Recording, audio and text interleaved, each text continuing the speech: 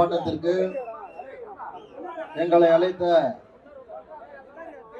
அருமை அண்ணன் பாட்டாளி மக்கள் கட்சியினுடைய தலைவர் மருத்துவர் ஐயா அவர்களுக்கும், இந்த நிகழ்வை ஏற்பாடு செய்த வழக்கறிஞர் அருமை சகோதரர் பாலு அவர்களுக்கும், இந்த நிகழ்விலே எம்மோடு கலந்து கொண்டிருக்கக்கூடிய அனைத்து சமூக கட்சியை சேர்ந்த அனைவருக்கும் இந்த நேரத்தில் வணக்கத்தை தெரிவித்துக் கொண்டு, தமிழகம் முழுக்க ஏற்கனவே நடந்த கூட்டத்திலே சொன்னோம், 33 சட்டமன்ற தொகுதிகளில் இட பங்கீடு எமது உரிமை என்கிற பெயரில் சாதி வாரி கணக்கெடுப்பு நடத்த வேண்டும் என தமிழக அரசை வலியுறுத்தினோம்.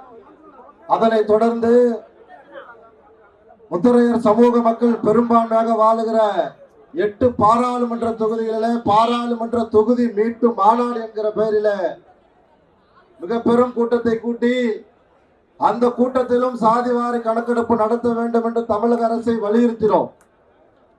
எங்க ஆர்ப்பாட்டம் போராட்டம் முழுக்க சென்னையை தவிர்த்து தமிழகம் முழுக்க இருந்தது.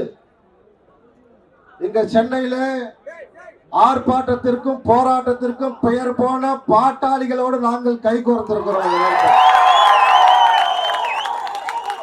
நான் விரிவா பேச விரும்பல, அண்ணன் பேசுவாங்க. தமிழகத்துல 38 மாவட்டம் இருக்கு. அதுல எங்க மக்கள் பெரும்பான்மையாக வாழ்கிற மத்திய தமிழகத்துல ஒரு 5 மாவட்டம், தென் தமிழகத்துல ஒரு 5 மாவட்டத்தை மட்டும் இந்த நிகழ்வை நடத்துறதுக்கான அந்த பொறுப்பை எங்க கிட்ட கொடுத்து பாருங்க. நீங்க அண்ணன் இங்க இருக்க தலைவர்கள்லாம் வந்து உட்கார்ந்து பேசிட்டு போனா மட்டும் போதும். இங்க வந்திருக்கிற கூட்டத்தை விட அதிகமான மக்கள் தொகையை கொண்டு வந்து அங்க நிறுத்த முடியும், நிறுத்தி இருக்கிறோம். அதற்கான 10 மாவட்டங்களை எங்க கிட்ட கொடுக்கணும். தமிழக அரசாங்கத்தை பத்தி எல்லா தலைவர்களும் பேசுவாங்க. தமிழக முதல்வர் பொய் சொல்கிறார். 2008 புள்ளியியல் சட்டத்தின்படி இந்த தமிழக ஸ்டேட் கவர்மெண்டே இதை எடுக்கலாம், மக்கள் தொகை கணக்கெடுப்பை எடுக்கலாம். ஆனா தமிழக முதல்வர் தொடர்ச்சியாக பொய் சொல்கிறார். இந்த ஒரு கூட்டம் மட்டும் பத்தாது, தமிழகம் முழுக்க போகணும்.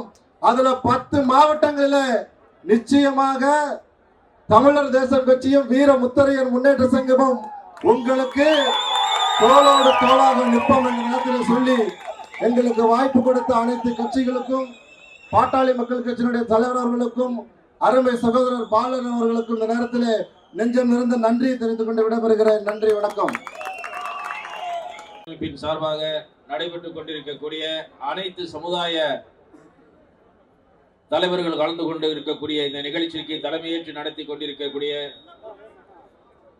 மருத்துவர் அண்ணன் அன்புமணி ராமதாஸ் அவர்களே,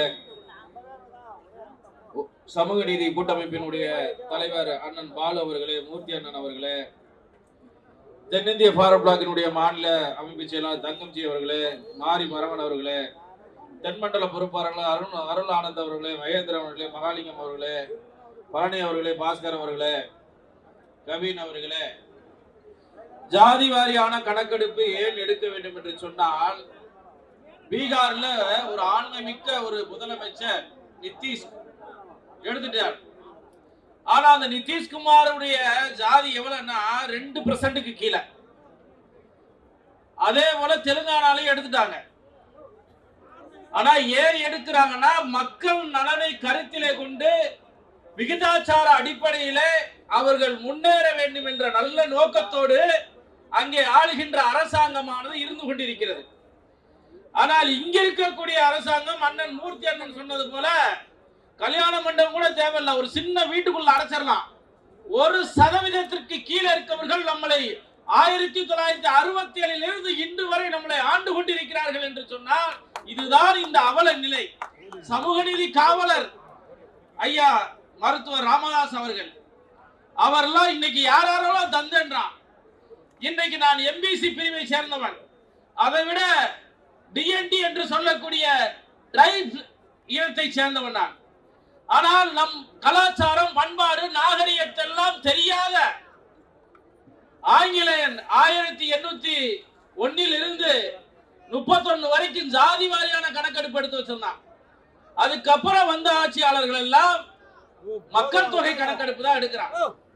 ஐயா ராமதாஸ் அவர்களும் முன்னாள் முதல்வர் புரட்சி தலைவி ஜெயலலிதா அவர்களும் விபி சிங் அவர்களும் ஒரே நேர்கோட்டில் வைக்கக்கூடிய சமூக நீதி காவலர்கள். அவர்கள் செய்த தியாகம், மன்னியர் சொந்தங்கள் சிந்திய ரத்தத்தினால் தான் இன்று இருக்கக்கூடிய தமிழ் சமூகம் எல்லாம் இன்றைக்கு நாங்கள் பயனளித்து வருகிறோம். தென் மாவட்டத்திலிருந்து நான் வருகிறேன்.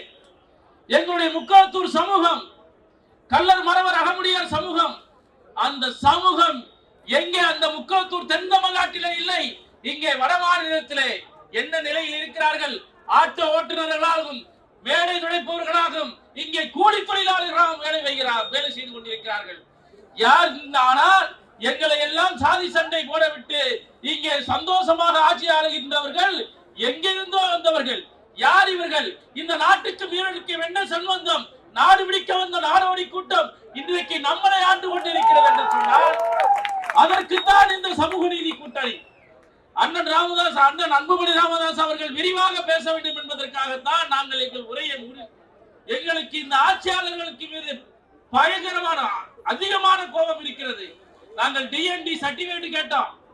உசிலம்பட்டியில வந்து இந்த நாட்டினுடைய முதல்வர் சொன்னார், முன்னாள் முதல்வர் எடப்பாடி கொடுத்தாரு, ஆனா இரட்டை டிஎன்டி சான்றிதழை கொடுத்தார். ஆனால் இவர் இதெல்லாம் ஒரு விஷயமா, நான் ஒற்றை சான்றிதழ் பெற்றுத் தருகிறேன் என்று சொல்லி ஏமாற்றி எங்களை வாக்குகளை பெற்றவர் இந்த 420 கவர்மெண்ட். மக்களை ஏமாற்றிய இந்த 420 கவர்மெண்ட் தான். அந்த கவர்மெண்டை வேறடி மண்ணோடு பிடிக்க எறிய வேண்டும். எங்களுடைய சமூகம் வாழுகின்ற தென் தமிழ்நாடு முழுவதும் கண்ணு கட்டிய தூர கருவளை காடு. ஒரு குடம் தண்ணிக்கு 4 மைல் நடக்க வேண்டும். அப்படி வறட்சி பூமியில இருந்து நாங்கள் வாழ்கின்றோம். எங்களுக்கு சலுகைகள் வேண்டும் என்று சொன்னால் இந்த சமூக நீதி கூட்டணி வலுப்பெற வேண்டும்.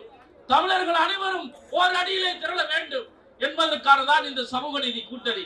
நாங்கள் அங்கே வாழ முடியவில்லை, படித்தவனுக்கு வேலை இல்லை, தென் தமிழ்நாடு என்று சொன்னாலே அது கலவர பூமி, அங்கே எந்த முதலீட்டாளரும் வருவதில்லை. ஆனால் இந்த ஆட்சியாளர்கள் என்றைக்கு இந்த தமிழ்நாடு மண்ணில் இருந்து பிடுங்கி எறியப்படுகிறார்களோ அன்றைக்கு எல்லா தமிழ் மக்களுக்கும் சாதி ரீதியாக சமூக ரீதியாக உள் பிரச்சனை உள் ஒதுக்கீடு அனைத்து சாதிகளுக்கும் எடுக்கப்பட வேண்டும். ஒரு சமூக நீதி என்பது என்ன லட்சணத்தில் இந்த நாட்டில் இருக்குன்னு நீங்க தெரிஞ்சுக்கணும். தோழர் திருமாவளவன் சொல்லுகின்றார், இந்தியன் கான்ஸ்டிடியூஷன்ல என்ன சொல்லுது? மதம் மாறியவர்களுக்கு சலுகைகள் கிடையாது, அம்பேத்கர் சட்டம் சொல்லுகிறது.